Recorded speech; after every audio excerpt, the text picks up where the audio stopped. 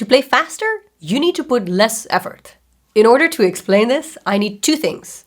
I need a Hungarian professor and an orange.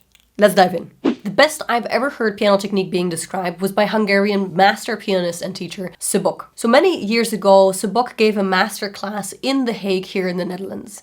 So when you watch that master class, you see one of the students playing the final movement from Chopin's Second Sonata. You look at him playing and you think, wow. And then let's take a look at how Sebok plays this. The student is putting so much effort and Sebok makes it look absolutely effortless. You look at this and then you wonder, okay, what's the secret? You think that you have to play the piano with your fingers. You know, that's a big mistake.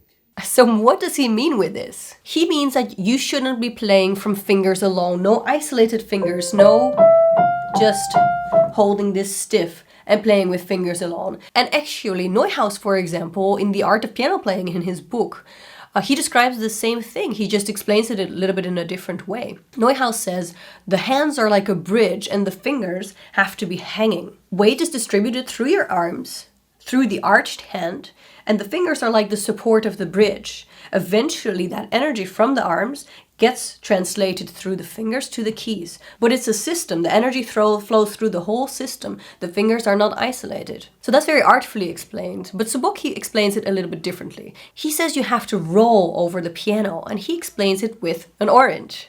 Nobody has an orange here. No. It doesn't have fingers. Okay.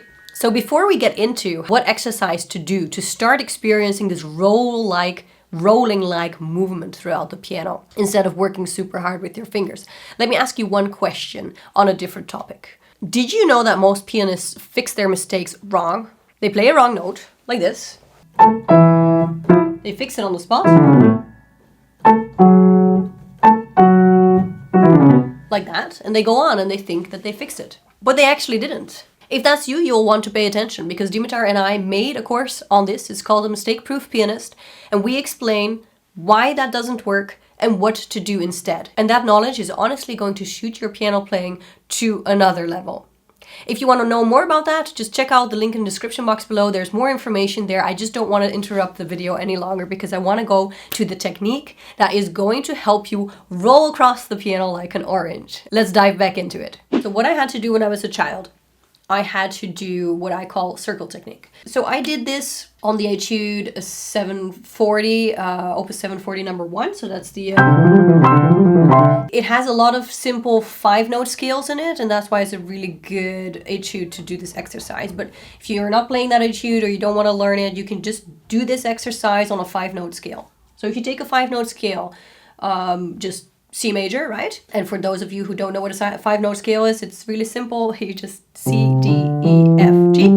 So what you're going to do is you're going to try to make a circle type of movement. Going from the pinky to the thumb, you would go this way, right? And when you're going from the thumb to the pinky, you would go under. So together that is a circle. So you go over, going from the pinky to the thumb and under. So this is a rather extreme movement, of course. I don't know how well you can see that. So from thumb to pinky under, from pinky to thumb over. You can also do it even without touching the keys.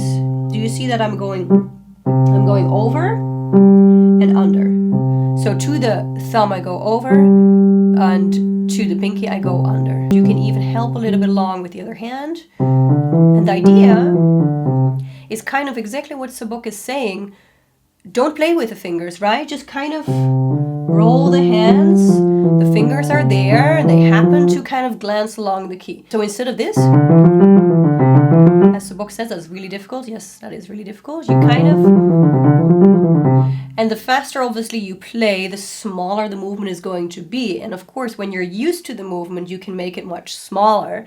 As opposed to when you're just trying to learn the movement, I would just go very big so that you can kind of get this click. At some point, you're going to get this click in your brain like, oh, that's what she means. That's what the feeling I'm supposed to get. Now, for the right hand, they're, how do you call this in English? The mirror image of each other, right? So the right hand is exactly the opposite. From the thumb to the pinky is under, and from the pinky to the thumb it's over. So obviously do it slow. Over, under, over, and together that kind of forms a circle. And like I said, you can just do it with your other hand to try to feel that circle type of movement. And if you see me playing the etude, that's how I would play it, I guess, in tempo.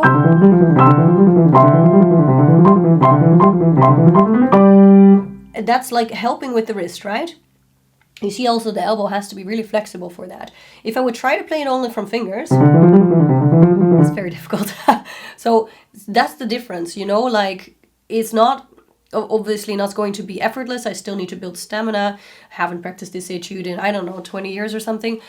So you have to still, like, I would still have to practice it to get it up to speed. It's not effortless, but it's going to make your technique a hell of a lot easier, more injury-free, and also a more beautiful sound. So that's kind of the small movement, the wrist and the hand, right? And the more you practice this circle kind of movement, the more you'll learn to recognize it, and then it won't feel so awkward or be so extremely big, right?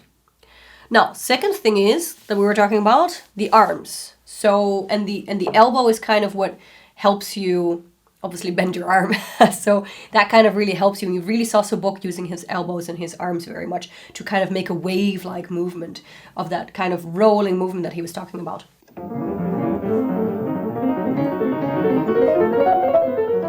So what always helps with me is that I always think that no matter what I play, where I play it, my weight always has to be there. My weight has to be under my fingers. So if I play here, I'm noticing my weight isn't there.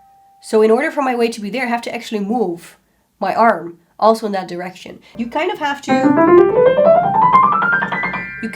feel, I kind of always feel like a crab, you know, walk sideways like a crab, because you have to make sure that that weight is coming along with you. So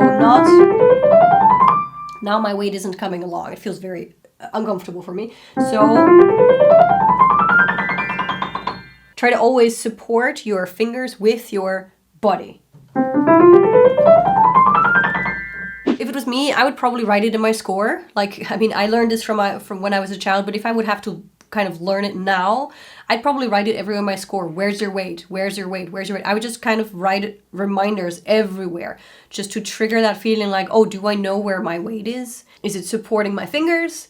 Or are my fingers just playing there without any supportive weight? So that would be my tip for more like connecting your arms even to everything. But, you know, just get started with the circle technique. That's already going to help you a lot exploring this kind of rolling technique. It's going to help you play like an orange.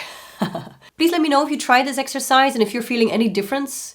And let me know what's on your mind, what problems you're having, and we will try to shoot a video on that as soon as possible. Thank you so much for watching, and we'll see you next week.